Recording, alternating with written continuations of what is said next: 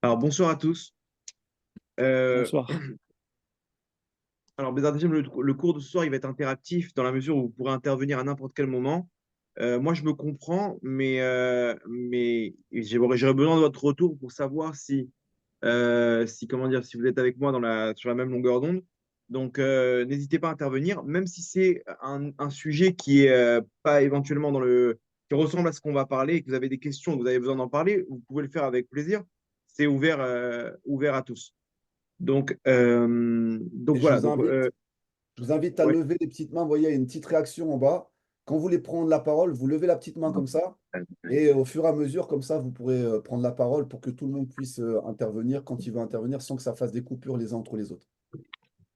Ok, très bien. Alors, là, on va rentrer dans des notions kabbalistiques de base, ok, qui vont être un peu une introduction pour comprendre comment notre corps et notre neshama, comment ils sont composés, comment ils arrivent à s'unir.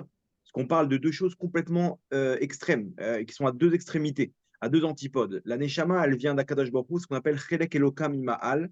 C'est une étincelle divine. Alors vous allez voir, on va détailler, c'est-à-dire quand on parle d'une Chelek Eloka, une partie divine, de quoi il s'agit, comment elle se subdivise, comment ça marche et qui on est, nous, dans tout ça.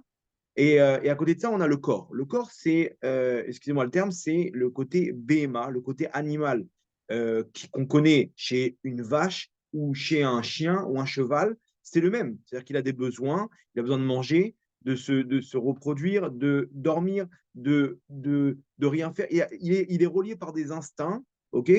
Mais à la différence, l'homme, il est doté de ce qu'on appelle la bina, les forces de la lumière d'Hachem qui rentrent à l'intérieur de l'homme, ce qu'on appelle le Chelek Elokam Ima'al.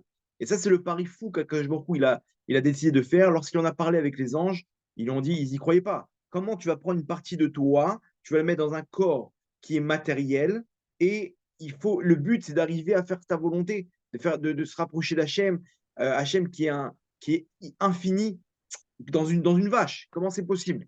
Et ça, c'est le pari qu'Hachem il a fait. Effectivement, on voit au début, les premières générations, elles ont eu du mal. Le bras de fer entre les forces du mal et les forces du bien, il était perdu d'avance parce que on venait, les Neshamot, elles étaient en prise de force du mal.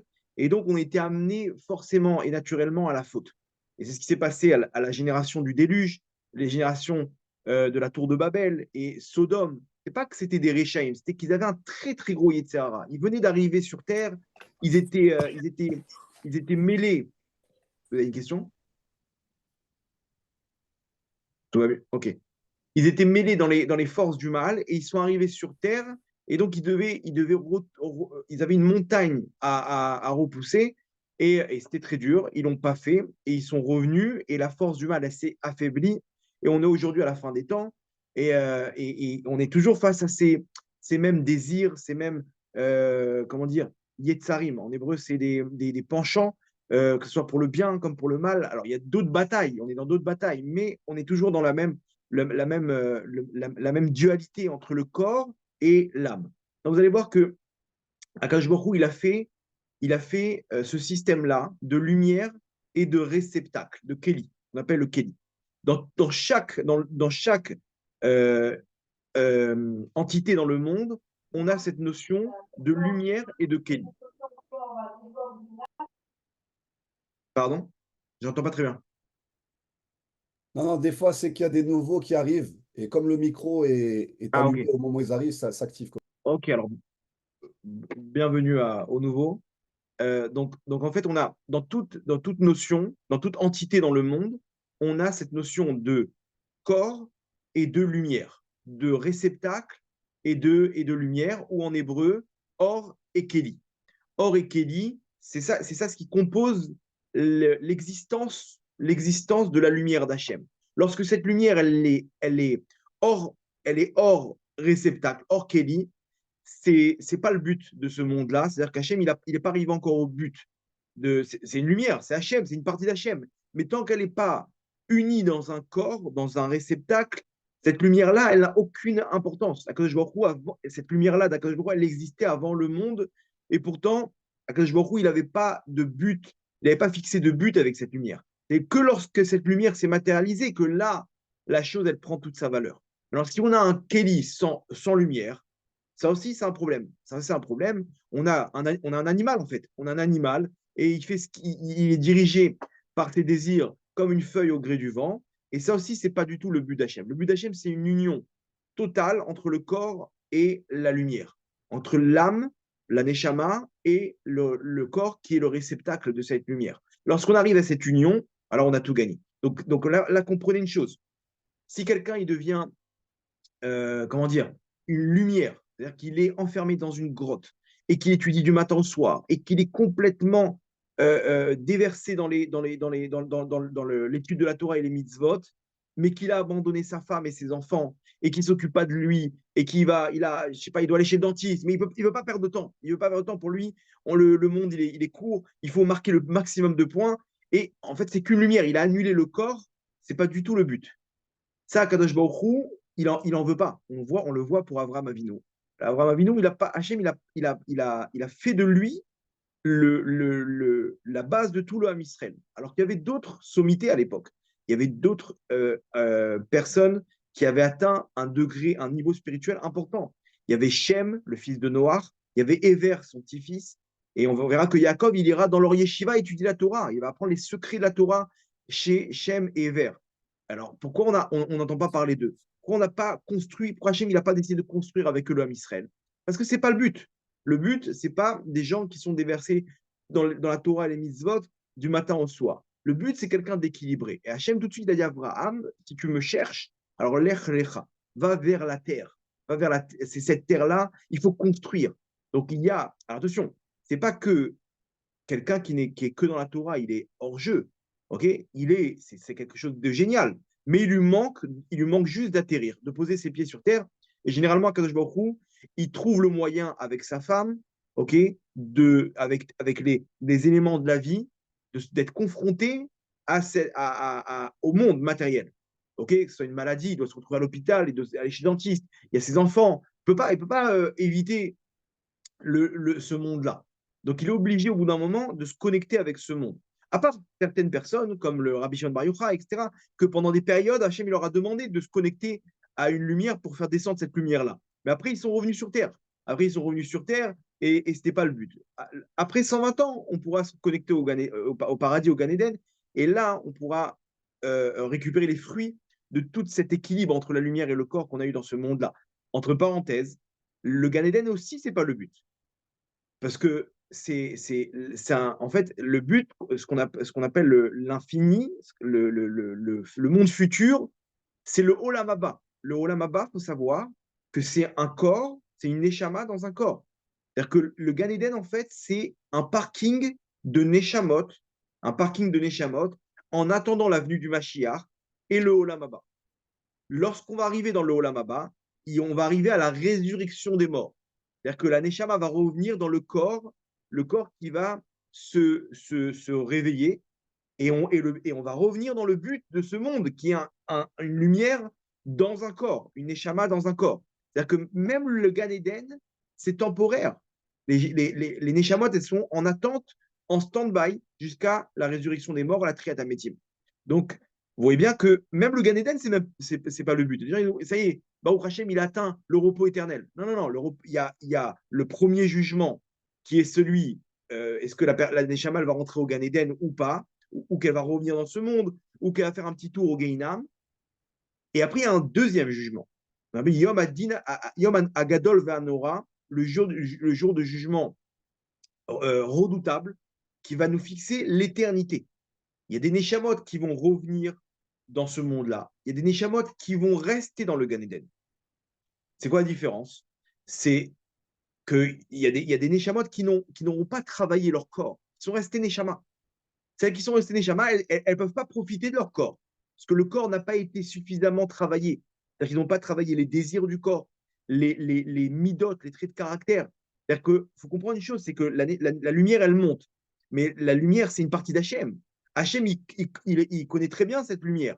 Le but, vous allez le voir, c'est de travailler ce qu'on appelle les levushim. Les levushim, c'est le corps spirituel, plus exactement, on va dire le nefesh, qui va être un corps spirituel, qui va être ni matériel ni spirituel. Ça va être l'élément qu'on va recevoir qui va nous permettre en fait de faire l'intermédiaire entre le corps et la neshama. Je vais y venir, ok, mais en tout cas, c'est cette personne-là que nous, on est, ce qu'on appelle le levouche ou les tzlamim ou le nefesh. Ce que tu veux Nous, dire, ce que tu veux dire, en fait, c'est qu'il y aurait un Gan Eden de la Neshama qui est au Gan Eden. C'est-à-dire le Olam Haba serait en fait un corps pour une Neshama qui est montée au Gan Eden et au final qui peut retrouver son corps? Ou est-ce que ce que tu dis, c'est que ceux qui n'auront pas assez réparé leur corps et qui seraient montés au Gan Eden ne pourront pas revenir au moment de Kriyat Hametim? voilà, exactement. Parce que le corps, le but, c'est quoi? C'est que celui qui doit recevoir le salaire, c'est la lumière dans le corps. Maintenant, moi, si j'étais qu'une lumière, mon corps, je l'ai mis de côté. Alors, il peut pas recevoir son salaire. Le corps n'a rien fait. Le corps n'a. C'est-à-dire, je donne un exemple. Il y a deux types de personnes qui correspondent à ce cas de figure. Le premier type de personne, c'est une personne qui était que des chamans en ce monde. Il a mis complètement de côté son corps. Il ne s'est pas marié. Il voulait pas avoir d'enfant. Il était complètement étude de Torah, tout ça. Celui-là, c'était le cas pour Chizkiah Wamer. Lui, il avait une bonne raison. Il ne voulait pas se marier parce qu'il savait qu'allait descendre de lui des Réchaïm, des mécréants. Donc, il n'a pas voulu se marier. Hachem lui a dit, par l'intermédiaire du prophète, tu seras. Il est tombé malade, donc il lui a dit tu vas mourir dans ce monde-là et dans le monde futur.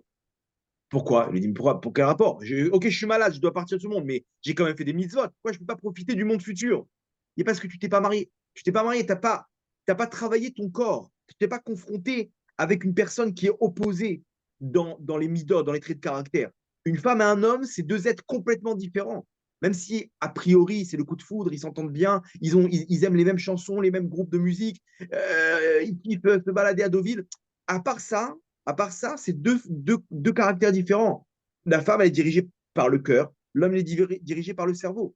C'est-à-dire quoi? C'est-à-dire que lui, quand il voit un cafard rentrer dans la salle, son cerveau, il lui dit, n'aie pas peur, c'est pas dangereux. Mais la femme, elle voit quelque chose de répugnant, donc elle monte sur la table. Et lui, il comprend pas. Mais qu'est-ce qui t'arrive? Pourquoi tu cries comme ça va, tu m'as fait sursauter. Et lui, non, pareil, elle est chez, elle est à la maison. Elle voit le désordre. Elle voit combien son fils il est désordonné. Elle ne peut pas supporter parce qu'elle voit la maison, c'est son identité. Elle voit combien maintenant je suis. On va croire qu'il y a des invités qui vont venir, ils vont dire cette femme, elle est pas hygiénique.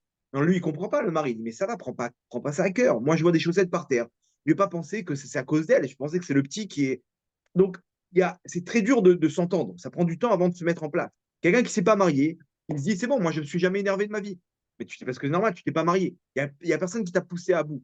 Et une femme pareille, elle est là avec ses copines, elle est super, elle donne et tout. D'un coup, il y a quelqu'un d'autre qui est complètement différent d'elle, à qui il faut donner. Hein, elle ne comprend pas. Mais pourquoi je vais lui donner? Il me dit même pas merci. J'ai fait la cuisine pendant 2 heures pour Shabbat. Il mange et il s'en va ronfler sur le canapé. Donc c'est très dur, mais c'est normal, c'est pas la même identité, c'est pas le même caractère. Donc ce type de personnes-là, d'ailleurs, c'était le cas donc pour Chizkiah Omeler, Ben Azaï, Ben Zoma, ils n'ont pas pu se marier, ils étaient complètement connectés à la Torah. Ben Azaï, il disait qu'est-ce que vous voulez que je vous dise? Que je suis attiré que par la Torah. Entre parenthèses, c'est-à-dire qu'il n'était pas attiré par les femmes. Pas parce qu'il était homosexuel, mais parce que il a besoin d'être attiré pour se retrouver avec une femme, pour faire la mitzvah. Toute sa motivation, elle était dans la Torah. Il n'arrivait pas à se marier, il ne pouvait pas se marier, Ben Azaï. Et malheureusement, lorsqu'il est arrivé à un niveau spirituel de ce qu'on appelle le Pardes, où sa Neshama est montée là-bas, il est resté là-bas. Il est mort. Sa Neshama, elle est restée au Gan Eden. Et elle est restée en ce monde-là. Son corps, on n'en avait plus besoin. Il Donc n'y ça, avait c'est plus le de Kelly, premier quoi. type de personne. Il y avait pas de Kelly, en fait. Comme Nadav et Avihu, pareil, qui ne s'étaient pas mariés. Et alors, donc, Voilà. peut-être qu'il faut que tu rappelles la différence entre ce que c'est le Gan Eden et ce que c'est le Olam Haba. Parce que souvent, les gens confondent Gan Eden et Olam Haba. Ils pensent que c'est la même chose. OK. Alors, donc, le Gan Eden, je réexplique pour avoir pour plus de détails. N'hésitez pas à m'arrêter si vous avez besoin de plus d'explications. Le Gan Eden, c'est ce qu'on appelle le parking des Neshamot. C'est là où attendent les Neshamot avant de retrouver leur corps. Le Olam Haba, c'est le monde futur. Le monde futur où on va récupérer le salaire à l'éternité de ce qu'on a fait sur Terre. Maintenant, ce qu'on a fait sur Terre, on l'a fait avec notre corps et notre neshama. Ce qu'on a fait, c'est-à-dire qu'on n'a pas utilisé le corps pour remplir notre neshama. On devait servir Hachem avec l'union entre le corps et la neshama. Donc, celui qui va recevoir le salaire, c'est le corps et la neshama. Pourquoi la neshama va recevoir le salaire alors que le corps aussi s'est battu? Il s'est battu pour annuler les mauvaises pensées qu'il avait sur les femmes. Lui, maintenant, c'est un coureur de jupons. Et toute sa vie, il s'est battu. Il a étudié, il a fait des tikkunim, des réparations de sa neshama. Et ce corps-là, on va le jeter dans une tombe. Le pauvre, pourquoi il ne lui mérite pas de recevoir le salaire? On est que c'est pas comment dire, un ustensile qu'on utilise et qu'on jette. Non, le corps, il fait un avec la neshama. Parce que, comme je vous expliqué au début, le but, c'est une lumière dans un kéli. C'est ça ce qu'Hachem, il veut. Hachem, il veut pas une lumière. Il en a plein, il a plein d'anges dans les mondes d'en haut. Ça n'a pas de valeur. Attention, encore une fois, c'est bien, ok? C'est mieux qu'un corps sans lumière, ok? Mais c'est pas le but. Donc ça, c'est la différence entre le Olam Haba, le monde futur, et le Gan Eden. Donc en fait, en attendant, il y a des Neshamot qui sont Gan Eden, chacun selon son niveau, qui profitent de la lumière d'Hachem. Ils ont, bon, c'est un autre dossier, c'est un autre cours de savoir qu'est-ce qu'ils font là-bas. Ils étudient la Torah, est-ce qu'on a étudié dans ce monde-là? Généralement, ils décident de revenir sur Terre pour améliorer leur situation, leur niveau spirituel, et avec un corps. Et après, et maintenant, jusqu'à l'avenue du Mashiach. Lors de l'avenue du Mashiach, on va arriver au jour de jugement, le final. Et là-bas, on va voir qui va se relever avec quel corps. Alors, il y a plusieurs étincelles qui vont se relever. Il y aura la même étincelle, c'est-à-dire Yaakov. C'était le Gilgoul de Adam Arishon. C'est-à-dire quoi? Il y aura un des deux qui va se relever. Non, il y a chacun, il va se relever, sauf qu'ils auront la même source dans la Neshama. C'est comme un copier-coller, quoi. Dedans, il y aura un fichier qui a été copié de Adam Arishon pour réparer cette étincelle-là. Mais ce corps-là, il va se lever. Même Rabbi Akiva, il a une étincelle de Yaakov Avinu. Rabbi Udanassi. Donc, comment dire, ils vont tous se relever. Malheureusement, il y en a qui n'auront pas travaillé leur corps, ils vont pas se relever. Ils vont rester au Gan Eden, ok, mais ils n'auront pas le mérite de retrouver leur corps. Donc, on a dit première catégorie, ces Neshamot-là qui n'ont pas, qui ont travaillé que leur Neshama et qui ont mis leur corps de côté. La deuxième catégorie, c'est des personnes qui ont utilisé la Torah au profit de leur corps. Par exemple, quelqu'un qui est marié, ok, et que toute sa vie, il décide, en fait, c'est un coureur de jupons. Et à aucun moment, il a voulu travailler, c'est-à-dire, il est marié, il a le droit de se retrouver 3 fois avec sa femme par jour, s'il veut. Mais lui, il utilise ça à fond. Pourquoi? Parce que il a un côté animal qu'il utilise dans le bien, c'est super, ok, mais à aucun moment, il a compris que ce côté animal, il faut quand même arriver. Maintenant, tu vois que ta femme, et Hachem va lui faire des épreuves comme ça. Tu vois que sa femme, elle est pas en forme, ou elle veut pas. Et lui, il vient, il impose. Et il va absolument. Attends, peut-être comprends qu'il faut que tu travailles un petit peu le côté animal qui est en toi. Ou, je vous donne un autre exemple, dans la nourriture. C'est un glouton, un gourmand, il adore manger. Il y a pas d'interdit sur la Torah, à part lorsqu'il se met en danger. Chez les médecins, ils disent que c'est quelque chose de dangereux. Ok, le mec, c'est un alcoolo ou un fumeur ou quoi que ce soit. Mais non, lui, il aime bien manger. Non, à aucun moment, il va voir. Non, sa femme, elle n'a pas fait à manger. Il vient, il commence à rentrer, à retourner à la maison, etc. Et dire que j'ai pas fait de faute. C'est quoi mon problème? Non, peut-être comprends que Hachem, il veut que tu contrôles cet animal qui est en toi. Ta femme, elle n'a pas pu faire à manger parce qu'elle est occupée avec le gosse. Alors quoi? Tu ne peux pas attendre une demi-heure, tu ne peux pas contrôler ce côté animal qui est en toi. Donc, c'est-à-dire, en fait, on a laissé le corps faire ce qu'il veut dans sa vie. On n'a pas enfreint la Torah. Mais quand on arrive dans les mondes d'en haut, il va dire, voilà, moi j'ai travaillé toute la vie, j'ai travaillé ma neshama, j'ai fait tout ce qu'il faut avec mon corps. On va voir qu'en fait, il n'a jamais travaillé son corps. C'est-à-dire au contraire, il a été contrôlé par son corps. Et même si c'était dans le bon côté, hein, je ne parle pas de quelqu'un qui n'est pas dans la Torah et les mitzvot, ça, il doit revenir dans ce monde-là. Il y a Skafakela, il y a Guéinam pour réparer les dommages du corps. Généralement, le corps, il ne se relève même pas. Mais là, on parle de quelqu'un qui était dans son corps, mais à aucun moment, il a travaillé son corps, il a travaillé ses midotes. Il a été ce qu'on appelle euh, Il a un, fait, un- il a fait ce qui était permis. En fait, il a fait ce qui était permis mais dans l'excès. C'est-à-dire là où il aurait pu équilibrer encore, comme Voilà, Rabbi Nachman nous enseigne, où il aurait pu travailler un peu. On peut manger, il n'y a pas d'interdit dans la Torah de manger du moment que c'est cachère et tout.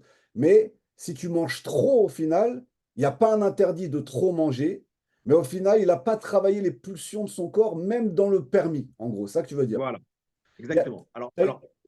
as une question de Greg après, qui veut te poser une question. Ok. Alors, bien entendu, tout ça, c'est dans la mesure où il est avec son rave, il est avec son. C'est-à-dire, il voit. Non, il faut qu'il arrive à comprendre quelle est la volonté d'Hachem. Peut-être qu'il n'y a aucun problème de kiffer dans ce monde-là. Il faut être saméach. C'est la première règle. C'est là-bas qu'il faut mettre la khumra. La khumra, c'est quoi? C'est la rigueur.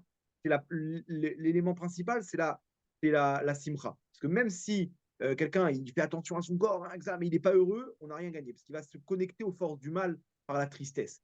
Donc, bien entendu, kiffe, mange bien, fais des bons repas, va au resto avec ta femme, détends-toi, etc. Il n'y a aucun problème, aucun problème. Maintenant, des fois, il y a des scènes où on appelle Naval Birchut Torah. Naval, c'est un arnaqueur au nom de la Torah. C'est-à-dire, lui, il va dire, il veut arnaquer, il veut faire ce qu'il veut, mais d'un autre côté, mais attention, non, je veux servir Hachem. C'est-à-dire qu'il est, au fond, il veut se servir lui-même. C'est lui qui est au centre de l'image, mais il utilise la Torah dans son intérêt. Et ça, des fois, Hachem, il nous le montre. Comme je l'ai expliqué, sa femme, elle a besoin d'aide. Elle n'a pas pu faire la cuisine. Et lui, il tape un scandale. Là, comprend que Hachem, qu'est-ce qu'il veut? Si Hachem, il a fait en sorte que ta femme, elle a eu un problème technique, c'est parce que peut-être que là, maintenant, il faut arriver à retenir son Yetzirah. Ou demain, il y a un jour de jeûne et on peut très bien esquiver ce jour de jeûne. D'ailleurs, on peut très bien dire, attendez, moi j'ai un problème de rein, Vodara, c'est bon, machin, oui, c'est bon, je t'autorise, tu peux ne pas jeûner. Et là, le mec, il fait des gros repas, on va dire, mais attends, mais tu peux pas un peu bosser? Non, je sais pas, enfreint la Torah, c'est vrai, mais après, avec le temps, cette personne-là va se retrouver à ce que son corps, il n'a jamais travaillé les midotes, on lui a pris sa place à la synagogue, il a tapé un scandale. Ok, comprends que là maintenant, Hachim, il y a tant de toi, un minimum. Donc oui, on peut kiffer, mais derrière, il faut faire attention des fois de voir si Hachem il veut pas qu'on travaille plus le corps. Ok, alors tu as une question de Greg. Vas-y, Greg, pose ta question. Ouais, j'ai deux questions. Rav, vous avez bien parlé que le Gan Eden, c'est une forme de parking où on doit travailler ça des chamas. C'est bien ça. Est-ce que Exactement. lors de la création, lorsqu'Hachem a déposé la dame dans le Gan Eden, quels sont les Neshamot qui devaient travailler? Parce qu'il n'y avait personne pour l'instant. Hein? Deuxième chose, deuxième question, Adam, il a quand même commis trois fautes, comme vous avez dit l'une de vos deux vidéos. Il a fait l'adultère, le meurtre et l'idolâtrie. Donc, lui aussi, il devait travailler sur lui, ses traits de caractère. Exactement. Alors, on va répondre aux deux questions. Cette question, qu'est-ce qu'il faisait? On va essayer de la généraliser. Qu'est-ce qu'il faisait Adam Arishon au Gan Eden à l'époque? Quand il était dans le Gan Eden, là-bas, la Torah nous dit il a reçu il avait la mission de l'éovda ou les chomra, de la travailler. C'est-à-dire, le Gan Eden, c'est un peu à l'image d'un jardin. Bien sûr, c'est une image, ok, spirituelle, que lui devait travailler la terre et la protéger. Donc, nous, on va voir ce que fait aujourd'hui un jardinier dans un jardin et on va essayer de transférer ça sur le plan spirituel. Un jardinier, c'est quoi le but? C'est de planter, ok? De planter comment dire, des fruits, de planter des graines, etc. Et d'entretenir, de le protéger. C'est-à-dire, ouais, s'il y a des mauvaises herbes, alors à ce moment-là, on n'aura pas ce qu'il faut pour pouvoir développer, permettre aux plantes de se développer. D'un autre côté, il faut arroser les plantes, il faut s'en occuper. Ça, c'était sur le plan matériel. Non, sur le plan spirituel, en fait, il faut savoir une chose, c'est que Adam Arishon, il devait en fait s'occuper de la royauté d'Hachem. C'est-à-dire qu'il devait faire en sorte de créer sur le plan spirituel la royauté d'Hachem, ok, avec des mitzvot. Mitzvot, il y avait certains accomplissements qu'il devait faire. Alors, c'était spirituel, ok, on peut pas comprendre ce qu'il faisait, mais il avait des accomplissements, des commandements positifs de faire grandir cette malchoute, cette royauté divine, où Hachem sera roi par l'intermédiaire de plusieurs choses, comme des plantes qui devaient planter, et chaque mitzvot, chaque accomplissement qu'il faisait, c'était à l'image de ces plantes qui devaient faire pousser. D'un autre côté, il y avait les forces du mal, qu'on appelle les mauvaises herbes, qui étaient là pour l'empêcher de cette malchoute de se développer, cette royauté d'Hachem. Et donc, lui, il y a marqué qu'il devait nettoyer les forces du mal. Et il le faisait par l'intermédiaire de la prière. Il voyait que comment dire, la plante, elle n'avait pas encore poussé.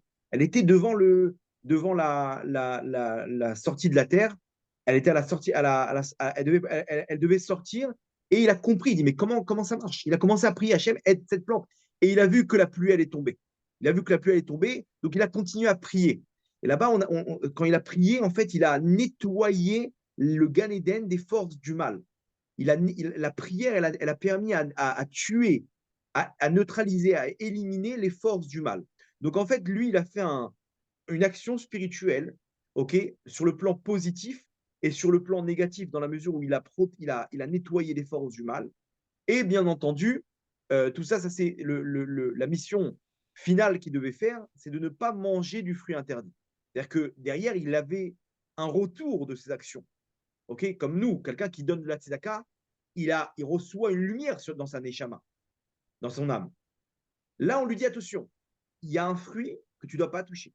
Ça, c'est pas le moment. Lui, il ne savait pas que ce n'était pas le moment, mais dans la royauté d'Hachem, il y a un moment où tu vas devoir faire entrer le da'at. Le da'at, c'est ce fruit-là qui va te permettre de rentrer le mal, et à ce moment-là, de faire la différence entre le bien et le mal, et là, de faire régner Hachem.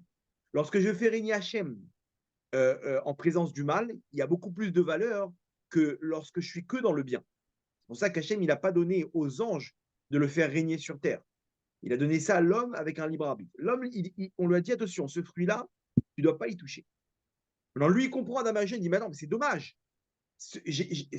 Moi, j'ai fait mon travail spirituel dans le Gan Eden.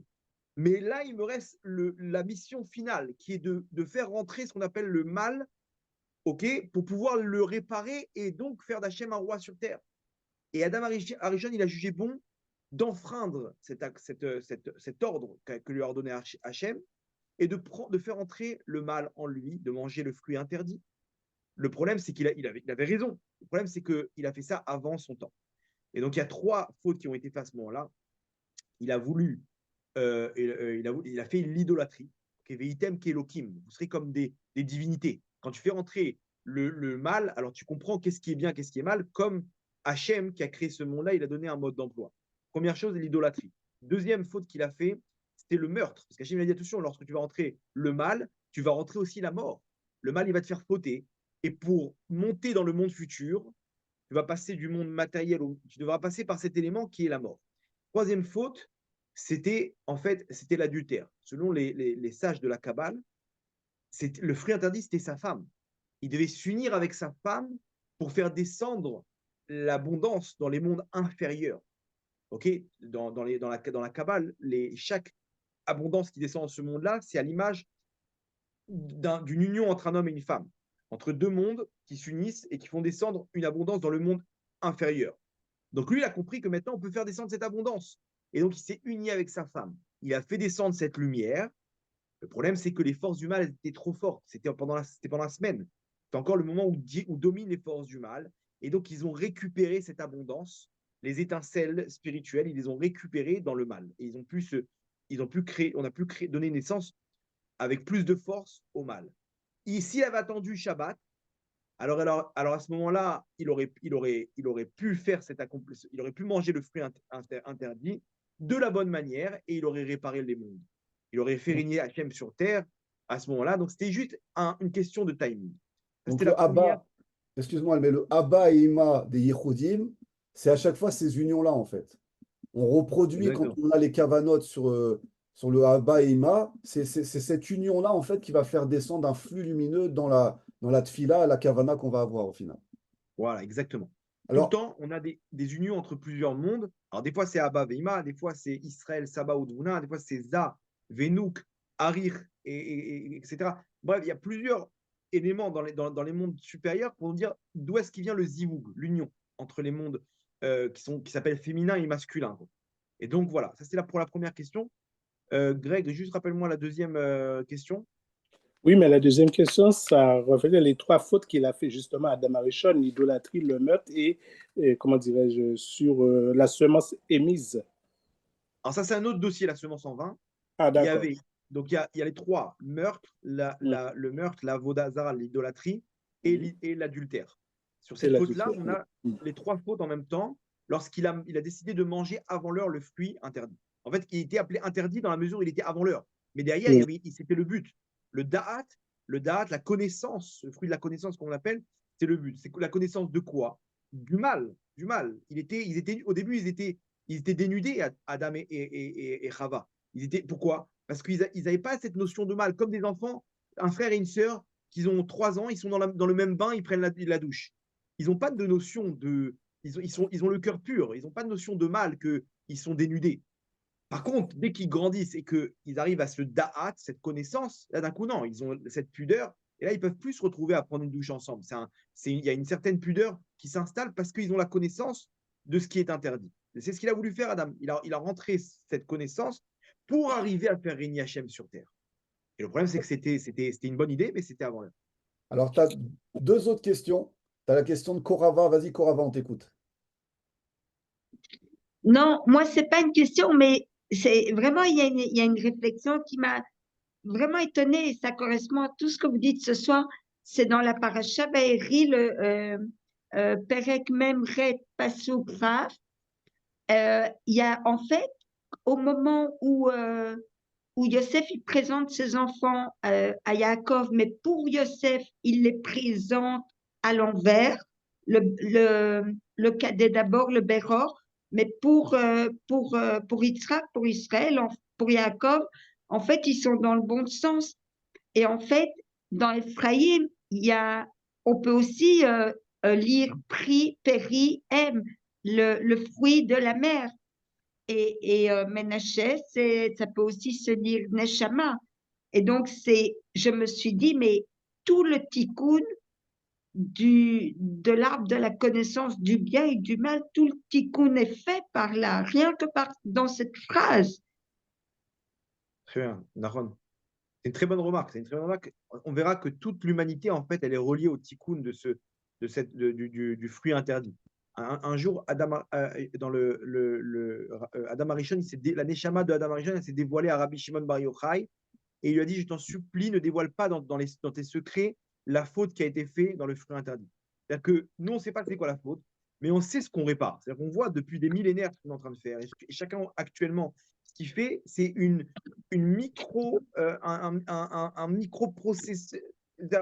microcosmos de toute l'humanité. C'est-à-dire, nous, dans cette génération, chacun, il a un travail énorme à fournir pour réparer sa neshama, et sa neshama, elle s'inscrit dans toute la génération, et cette génération, elle s'inscrit dans toute l'humanité, depuis la nuit des temps jusqu'à la fin des temps, et ça sera la réparation de ce qui s'est passé là-bas. Donc, on comprend que Est-ce, tout est pardon. relié à ça.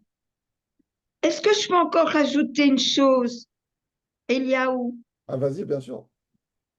Et alors, ce qui est vraiment, c'est à pleurer parce qu'on se dit, Hachem, c'est vraiment, bon, c'est le premier comptable, c'est le premier scénariste, c'est tout en même temps.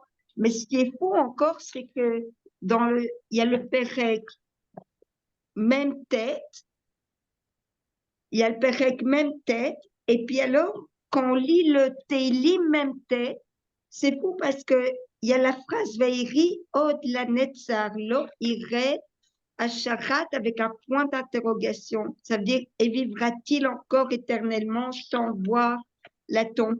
Et en fait, on a exactement Vaïri, c'est la paracha Vaïri, et on a exactement la preuve que Yaakov, comme tous nos patriarches et comme tous nos matriarcales, ils sont là, ils sont avec nous, ils sont là et ils seront jamais morts. Sûr. La Gemara, elle dit ça. La Gemara, dans Ta'anit, je crois. Dans Ta'anit, je crois qu'elle dit que. Je crois que c'est Ta'anit. Elle dit que Yaakov Avinu l'omet. Il n'est pas mort. Sa Neshama, quand elle est descendue en Égypte, elle les a accompagnés et il est toujours. Vayechi Yaakov, il est vivant dans la mesure où sa Neshama, elle accompagne l'âme Israël, comme tous les tzadikim qui sont encore plus forts à leur mort que de leur vivant. Tu as une question de Guéni aussi. Vas-y, Guéni, on t'écoute. Bonsoir Toledano, bonsoir à tous. Merci Shalom. pour vos explications, elles sont très simples pour nous qui ne sommes pas juifs aussi. C'est très facile à comprendre, ça nous aide beaucoup parce que des fois la Voilà. technicité c'est un peu difficile à comprendre. Alors j'ai une question. Ici à la fac, on travaille sur la Torah, sur ce qu'on peut pour les non-juifs, sur ce qu'on a droit. Et on travaille sur le corps aussi. Donc on est habitué à ça et c'est bien. Mais j'ai une question. J'ai vu un documentaire sur les orthodoxes juifs avant-hier. C'était un long documentaire. Et apparemment, à part d'être pro-palestinien, ils ne pratiquent pas l'activité physique, ils se consacrent sous la Torah. Pour moi, ils rentrent dans le premier groupe que vous avez dit avant là. Il étudie, mais par contre, le reste, je- j'ai une question. Pourquoi ils font ça déjà? Pourquoi ils se concentrent que à ça et ne travaillent pas sur le corps, sur l'aspect physique, sur l'aspect national, sur l'aspect qu'ils sont israéliens, et ils ne peuvent pas être palestiniens parce que c'est absurde. Et est-ce qu'il y a des gens qui ils essayent de corriger ça? Pour moi, ça, c'est pas bien. Donc, dans ma pensée, est-ce qu'il y a des gens, des mouvements, des personnes qui essaient de corriger ça, de leur mettre l'équilibre, comme vous dites là? Parce que pour Alors, moi, ils ont perdu l'équilibre. Merci. alors là, juste, Guéni doit parler des Naturi Carta. Et Raph, juste pour te dire, la majorité des gens ici sont des Noachides. Donc, c'est des justes des nations qui ont pris les lois noachides sur eux, juste pour centrer, que tu saches qu'on est avec des béné Israël et de véritables noachides aussi qui ont pris devant un Beddin la responsabilité noachide sur eux. Donc, il doit parler d'un naturé carta, en fait, je pense. Ouais, après, peut-être, oui, bien sûr. Ok, alors en fait, faut savoir que il y a le monde de la Torah, le monde orthodoxe de la Torah. Ça, on va dire comme ça, c'est que eux, leur équilibre, c'est-à-dire quand on parle d'équilibre, c'est-à-dire qu'on parle d'un équilibre qui est fondé entre le corps et la neshama. Ok, on a cet équilibre-là même chez eux, même si a priori la Torah elle domine. C'est-à-dire dans la mesure où il y a beaucoup plus de Torah. Ils étudient du matin au soir et ils sont dans les tfilotes. C'est-à-dire que la plupart de leur journée, elle est dirigée sur la Torah. Dans les sphirotes, on appelle ça Tiferet. Les sphirotes, c'est les sphères célestes. C'est que la lumière d'Hachem, elle est divisée en 10 entités, qui sont ce qu'on appelle les sphirotes. Ces sphirotes, elles ont plusieurs caractéristiques. Elles sont à l'image d'un homme. Okay, on a les lumières du cerveau, les lumières, donc ça s'appelle Chokma Bina Da'at. On a les lumières des mains, qui sont Chesed et Gvura. La lumière du corps, c'est Tiferet. Et la lumière des jambes, Netzar Od. Et la brite, c'est le membre sexuel, okay, c'est Yesod et Malchut. C'est avec ça qu'on amène l'abondance pour pouvoir mettre au monde une vie. Donc, on a dans chacune de ces entités, on va retrouver une partie du Ham Israël. Ceux qui sont complètement affairés au combat, ils vont se retrouver dans quelle lumière d'après vous? Dans ceux de la main. Eux, ils sont dans l'action. Ils vont être plus dans l'action. Et ils vont étudier, on parle dans ceux qui sont plus ou moins, dans ceux qu'on appelle équilibrés, ils vont étudier peut-être un petit peu après la tfila, ils vont faire leur prière comme ça dans la journée, à gauche, à droite, etc. Mais ça va être décousu. Ça ne va pas être quelque chose parce qu'ils sont dans l'action, comme à l'image d'un soldat qui va être sur le terrain, il ne va pas pouvoir faire peut-être sa prière comme il faut. Il ne va pas pouvoir étudier son Talmud qu'il a l'habitude de faire tous les jours. Donc, il va pouvoir faire ça dès qu'il aura 5 minutes ou pas, et ils vont se poser, ils vont organiser une prière. Mais d'un autre côté, ils seront dans l'action toute la journée. On a à côté de ça les lumières du cerveau. Ces lumières-là du cerveau, ou Tiferet, qui sont le corps, ce sont les lumières qui sont ce qu'on appelle le monde de la Torah, le monde orthodoxe actuel. Je ne parle pas encore des Neturei Karta. Le monde orthodoxe actuel, eux, c'est l'inverse. Eux, ils vont être plus dirigés vers les pensées, bien qu'ils vont avoir une tendance dans l'action qui sera inversée. Ça veut dire que quand on parle d'équilibre, on ne parle pas forcément de 50-50. On parle de, ça peut être 90-10, 80-20 dans un côté qui est plus corporel ou un côté qui est plus spirituel. Eux, le monde orthodoxe, ils vont être dans le monde de la Torah, ok? Et on en a parlé beaucoup avec Eliaou dans les dernières interventions. C'est vrai qu'il y a une tendance à rester là-bas et il faut ajouter un peu de sport, il faut rajouter un petit peu d'action, bien qu'ils font beaucoup d'actions. Ils n'ont pas décidé de diriger ça dans l'armée israélienne par rapport à plusieurs raisons, que ça sera un autre dossier maintenant de rentrer dedans, ok? Dont une des raisons, c'est sur le plan spirituel, ils n'ont pas on ne répond pas à leurs demandes. Donc là, Baruch Hashem, l'armée, ils ont commencé à créer des unités pour eux, mais il faut savoir qu'en Israël, il n'y a pas de séparation entre les hommes et les femmes. Et un orthodoxe, lui, il a une préférence de séparation. Lui, il veut faire attention à sa gdoucha, à sa sainteté, et il ne veut pas être mélangé avec des femmes. Maintenant, dans l'armée, où là-bas, la direction, elle est faite par des hommes de gauche complètement laïques. Eux, ils vont dire, mais je ne comprends pas, on ne veut pas séparer les hommes et les femmes. C'est quoi cette, comment dire, c'est ce manque de respect pour la femme, etc. Et, non, tu ne peux pas tout avoir. Ou tu veux ramener les orthodoxes à l'armée, ou tu peux pas tout avoir. Donc là, ils ont commencé à comprendre et commencé à rentrer plus ou moins les demandes des orthodoxes. Mais à côté de ça, on va voir, il faut savoir que par exemple, il y a 6000 orthodoxes qui sont aujourd'hui dans ce qu'on appelle Irouda Hatsala. Irouda Hatsala, c'est un organisme d'infirmiers paramédics qui sont avec des petits scooters orange, ok, ou des petites voitures orange, et eux, ils sont bénévoles. C'est-à-dire qu'ils ont appris les premiers secours. Ils ont un petit talkie-walkie avec eux, et dès qu'il y a le moindre incident, tout de suite, ils sautent sur le truc, même pendant Shabbat, ils sautent sur l'événement et ils viennent s'occuper si c'est un accident de la route ou si c'est un arrêt cardiaque, Rabbi Shalom, ils sont là. Le 7 octobre, ils étaient très présents. Ce sont tous des Haredim, qu'on appelle des orthodoxes.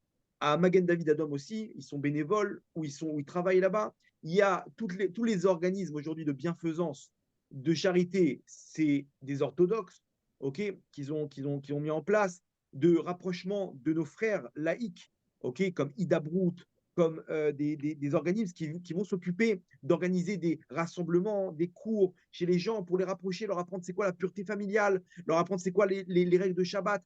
Donc il y a une notion de don. Maintenant, elle n'est pas mise là où ils n'ont pas décidé de la mettre, qui est donc à l'armée ou dans d'autres choses que les laïcs leur mettent des bâtons dans les roues et qu'ils n'arrivent pas à rentrer là-bas. C'est tout le problème qu'il y a aujourd'hui en Israël. Mais ils sont là, ils sont présents et ils appliquent la Torah dans ce que la Torah nous donne comme instruction, qui est le don, la charité. La Torah, elle a commencé par la charité. Hachem, il a créé des habits pour Adam et Chava après la faute.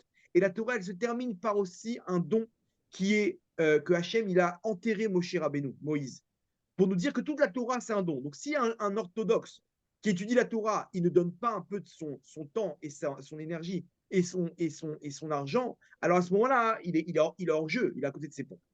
L'histoire des Neturei Karta, ça, il faut comprendre une chose.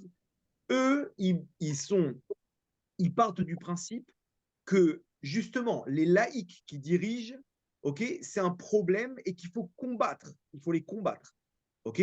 Pourquoi? Parce que le Mashiach, tant que le seul qui pourra diriger sur la terre d'Israël, ce sera le Mashiach, le Messie. Donc maintenant, eux, ils empêchent la venue du Mashiach, ces laïcs, parce qu'ils viennent prendre la place de la royauté d'Hachem. Donc eux, ils n'acceptent pas du tout. Ils ont dans une politique de désaccord avec le monde laïque. Et donc tout ce que le monde laïque qui dirige aujourd'hui en Israël, ils vont faire, dès qu'ils vont dire noir, eux, ils vont dire blanc. Eux, vous êtes contre l'Iran, alors nous, on va aller s'associer avec les Iraniens. Vous êtes pour l'armée, nous, on sera contre l'armée. On va faire des manifestations contre l'armée. Vous êtes contre le Shabbat, et ben nous, on va justement, on va vous narguer avec le Shabbat. Et ils vont faire des manifestations là-bas contre. Restez dans votre coin. Non, ils vont mettre. Vous êtes contre les Palestiniens, et ben nous, on va utiliser le drapeau palestinien pour vous faire comprendre qu'on est contre vous. Donc, c'est une politique qui n'est pas du tout retenue des grands d'Israël. C'est une minorité. Hein. Ce n'est pas parce qu'ils ont des chapeaux et barbes et péotes qu'ils symbolisent le monde orthodoxe. Pas du tout. C'est une minorité, ok, qui se trouve à Mea Shearim. Et les grands d'Israël sont contre ces gens-là parce qu'ils salissent le nom d'Hachem. Aujourd'hui, on les utilise pour salir l'image d'Israël. Et donc, eux, ils sont dans leur politique, mais ils ne se rendent pas compte des dégâts autour d'eux, ce qu'ils font. Et combien de laïcs, à cause de ça, ils disent, alors nous, on ne veut pas, ils font l'amalgame, ils disent, alors nous, cette Torah, elle n'est pas pour nous. Et au lieu de rapprocher le Ham Israël, ils écartent le Ham Israël et le monde de l'image qu'on aurait pu donner au Ham Israël, qui est une image de don, de donner à son prochain, de s'annuler, d'arriver à mettre Hachem au centre de l'image, ok, tout en gardant le corps et la neshama, et pas en annulant le corps, en respectant toutes ces règles-là. C'est un équilibre. Ça, eux, ils sont à l'extrémité. À l'extrémité. C'est un problème. Ok, peut-être qu'ils sont, c'est leur, peut-être qu'ils font pas, peut-être que c'est leur mission sur Terre. Ok, mais par rapport à nous, pour nous faire nous après ne pas juger favorablement, ne pas juger défavorablement le monde orthodoxe ou ne pas faire l'amalgame sur le monde de la Torah. Ok, ça me rassure parce que quand j'ai vu ça, à vous dire franchement, je n'ai pas compris. Euh, Parce que je me suis dit à la première personne, pourquoi moi, un Albanais, je dois combattre pour Israël, quand il y a lui là, qui brûle le drapeau d'Israël, qui tient le drapeau de Palestine, qui divise la Palestine, Israël ne doit pas exister. Ça m'a mis gravement en doute. Je ne savais pas de cette fissure. C'est bien que vous m'avez dit, parce que j'ai généralisé dans ma tête. Voilà, ça c'est le problème. Pas bien. C'est là que notre libre arbitre, il intervient, de comprendre que cette minorité-là, Mais ça m'a choqué beaucoup quand même. c'est un coup des forces du mal pour qu'on se dise, OK, la Torah, c'est pas pour moi. La Torah, c'est pas pour moi, c'est quelque chose d'extrémiste, bien qu'il y a aussi des extrêmes, de l'autre extrême, d'extrême gauche là-bas, où ils sont aussi avec le drapeau palestinien, etc. Bon, au contraire, ça nous donne un challenge pour qu'on puisse travailler les traits de caractère, de pouvoir juger favorablement dans mon prochain et de pouvoir me focaliser sur ma mission à moi. Par Je- rapport à ce que par rapport à ce que tu as dit aussi, bon, on voit, là, on est dans la paracha avec les 12 tribus d'Israël. On voit que chacun il a une particularité quand même. On voit que Issachar, il est comparé à un âne qui a la force de porter la Torah sur les épaules. Zvouloun, il part en mer. Chacun a une particularité. Tout à l'heure, tu disais que l'équilibre, ce n'était pas forcément 50-50. Ça pouvait être 90-10, 80-20, 50-50, 30-40. Enfin, chaque tribu a une Selon sa neshama, bien sûr. particularité et est complémentaire avec les autres. Mais là où c'est la grande question, mais on ne va pas rentrer dans le débat, c'est que quand il y a une guerre véritablement d'existence, toutes les tribus sont envoyées au combat.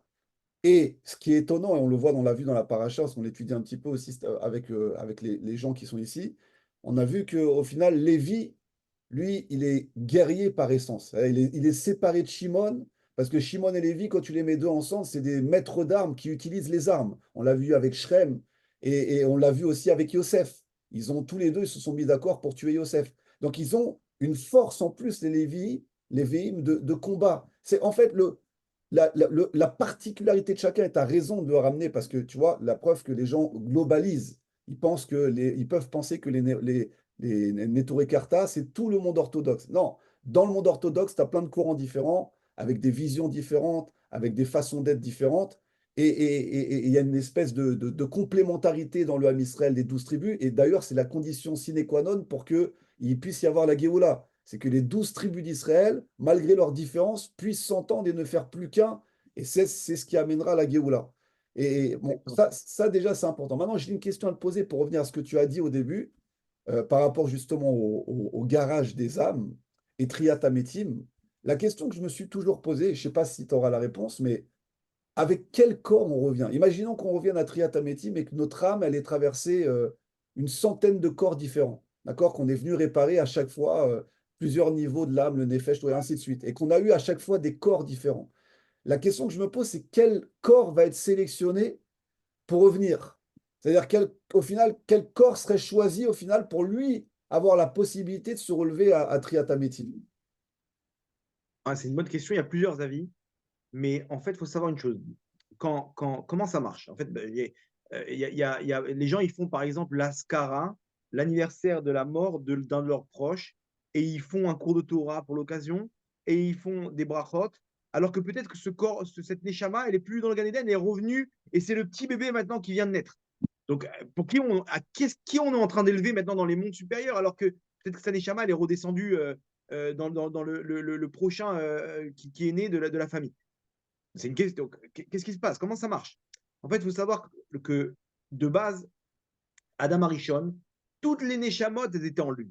Toutes les âmes, elles étaient en lui. Ok, il y avait. Alors maintenant, les niveaux des Neshamot, elles dépendaient de là où l'endroit où elles se trouvaient dans le corps. Celles qui se trouvaient au niveau de là où on met les tefilines, ici, dans le haut de la tête, c'est-à-dire le Keter, la couronne, ce sont les Neshamot qui ont transmis la Torah, comme Rabbi Shimon Bar Yochai, Rabbi Nachman, les grandes Neshamot, le Harizal, Moshe Rabbeinu. Dedans, il faut savoir que. Alors, coupez vos micros, ceux qui arrivent, qui viennent Ok. d'arriver, pour éviter qu'on vous entende quand vous avez. Razak. Et donc, on a ceux qui sont sur l'épaule, sur la main, etc. Nous, on est dans ceux du talon, les Neshamot du talon, aujourd'hui. Ikveta de Meshicha, la dernière génération avant la nuit Mashiach, on est le talon. Maintenant, il faut comprendre qu'il y a des Neshamot qui sont immensément grandes. Il y a des Neshamot même qui ne sont jamais venus au monde. Et il y a certaines Neshamot, il était tellement puissante, et maintenant, nous, Hachem, il dirige selon notre libre arbitre. Si la génération, elle n'est pas apte à recevoir une grande Neshama, donc ça va jouer sur notre libre arbitre. Et c'est un problème, il faut toujours y ait un équilibre. Donc des fois, il y a des Neshamot, des grandes sadikim qui n'ont pas pu venir sur Terre. C'est-à-dire qu'on va les voir après, on va dire, c'est qui lui? Je ne le connais pas dans l'histoire. Alors non, lui, il s'appelle comme ça et comme ça, mais il est pas venu sur Terre. Pourquoi? Parce qu'on n'a pas mérité. Il y en a 70 qui, juste avant la faute d'Adam Arishon, ils se sont échappés de Adam Arishon. 70. Zera Ilaha, Kadisha, on les appelle. C'est un groupe de Neshamot qui n'ont pas été touchés par la faute d'Adam Arishon. Il y en a à l'intérieur qui voulaient faire la faute. Bon, bref, en tout cas. Donc, Adam Arishon, lui, va se relever. Pourtant, nous tous, on est une partie de lui. Donc, comment c'est possible? En fait, comment ça marche? Il y a quelqu'un qui va venir sur Terre.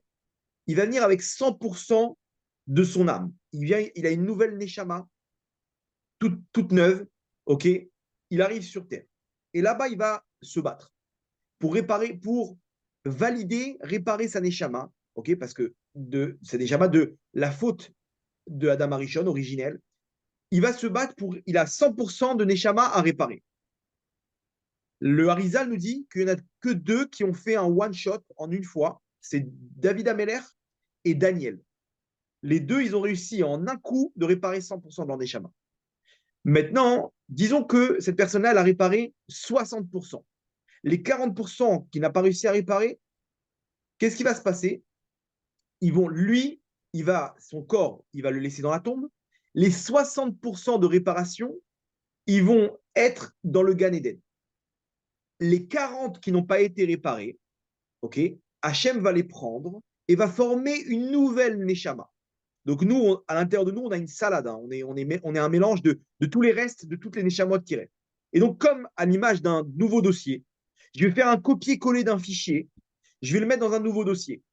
Et je vais prendre 20% de cette autre personne et je vais le mettre là-bas. Et c'est pour ça qu'on voit dans Shara Gilgulim du Harizal, on nous parle des réincarnations. On voit qu'on nous dit que, voilà, Yaakov Avinu, il avait, comment dire, c'était l'étincelle de Rabbi Akiva. Yaakov, on a les mêmes lettres, de la même racine que dans Akiva aussi. On a les mêmes lettres. Mais aussi, il était en Rabbi Yehuda Nassi. Et là-bas, avec Antoninus, qui était lui aussi la réincarnation de Esav, il a dû réparer le lien. Il a dû lui enseigner la Torah à l'empereur romain qui était Antoninus, chose qu'il n'avait pas fait avec Esav. Donc, ce côté-là, la Neshama de Yaakov n'était pas réparé. OK. D'un autre côté, Yaakov Avinu, c'est la réincarnation de Adam Arishon. Il a réparé l'adultère dans la faute d'Adam Arishon. Okay, c'est pour ça qu'il s'est marié avec 4 femmes et que là-bas, il devait être opposé à plusieurs types de femmes et tous les besoins qu'il y a dans chacun des mariages.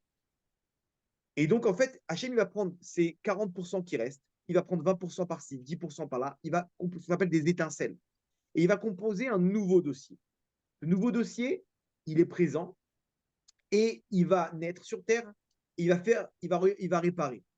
Maintenant, dedans, il aura réparé, disons, les 40% qu'il fallait de la première Neshama. Donc, ces 40%-là, elles seront chez lui, mais elles seront aussi réparées dans la première Neshama.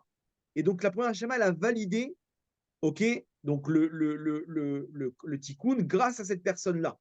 Ok, les deux, ils auront la même source, ils seront comme des frères parce qu'ils auront des étincelles communes. mais ce seront deux Neshamot complètement différentes.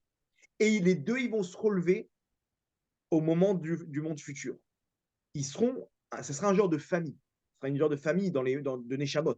Parce que les mêmes, c'est pour ça qu'on dit que dans le Ham Israël, on dit Arevim Zelazé. Ils sont tous complémentaires. Moi, quand je fais quelque chose, je ne le fais pas pour moi, je le fais aussi pour d'autres Neshamot. Maintenant, il y a des Neshamot qui ne peuvent pas monter dans les mondes d'en haut parce que moi, j'ai une partie de leurs étincelles. Et donc, ils vont revenir en tant que hibour, ils vont revenir en moi, ils vont m'aider pour me donner la force pour réussir mon tikkun. Parce que si je ne réussis pas mon tikkun, alors ils sont en l'air, eux, en haut aussi. Ils sont bloqués. Ils m'attendent. Et donc, il y a certains tzadikim qui ne peuvent pas atteindre ce qu'on appelle le tzror hachaim, l'arbre de vie. Ok, parce que moi, je suis là et je continue dans mes délires, alors que moi, j'ai une étincelle de ce tzaddik. Et donc, je suis bloqué. Donc, Hachem, il a fait ce système pour qu'on soit tous garants et qu'on ne soit pas dans un système où, OK, moi, j'ai mon Gan Eden, laissez-moi passer, je fais ma vie et je suis solo dans ce monde-là. Non, non, non. Dans ce monde-là, il faut apprendre à vivre avec son prochain. Au moment, j'évolue tout seul, mais à un moment, je suis bloqué. Pourquoi? Parce que j'ai besoin de mon prochain maintenant. J'ai besoin de lui, de l'aider, de lui donner une lumière dans sa neshama. Mais je ne sais même pas que sa neshama, elle a une partie des étincelles qui sont chez moi. Et donc, en fait, quand je l'aide, je m'aide à moi-même. Et donc, j'arrive à évoluer maintenant. Et après, j'ai une autre personne. Et après, c'est ma femme. Et après, c'est les enfants qu'on me donne. Ces enfants-là, c'est pas pour rien qu'on me les a donnés. Parce qu'ils sont reliés à Taneshama. Et généralement, ils sont sur le même chantier. Ils sont sur les mêmes traits de caractère à travailler. Lui, il est coléreux. Son fils aussi, il est coléreux. Pourquoi? Parce qu'on est sur la même force du mal à travailler. Donc, c'est pour ça qu'à la fin, on arrive à ce que chacun il puisse se réveiller. Celui qui n'a jamais travaillé son corps, malheureusement, il ne se réveillera pas. C'est-à-dire celui qui n'a jamais fait le minimum de sa mission, il n'aura pas validé une seule étincelle dans sa neshama, alors son corps, malheureusement, il ne pourra pas se réveiller. Ce que Ça, c'est tu dis, ce que tu dis, ça nous permet de comprendre aussi le shoresh neshama. Ça veut dire qu'il y a des neshamot qui tiennent sur eux beaucoup, et donc on comprend aussi le rôle des tzadikim, qui ont sur leur branche beaucoup de neshamot qui sont associés au final à eux. Donc, au final, donc, ça veut dire que, imaginons, prenons par exemple Rabbi Nachman de Breslev. On sait que c'est un shoresh neshama à Rosh Hashanah. D'accord? Il tient voilà. beaucoup de neshamot. Est-ce que ça voudrait dire que lui aussi, quand il y a une neshama qui appartient en final à sa branche, qui ne fait pas son travail, est-ce que lui, ça l'empêche aussi de monter au final? Exactement. Alors, en fait, c'est quoi le principe des kivrés de tzadikim? Je vous le fais en rapide.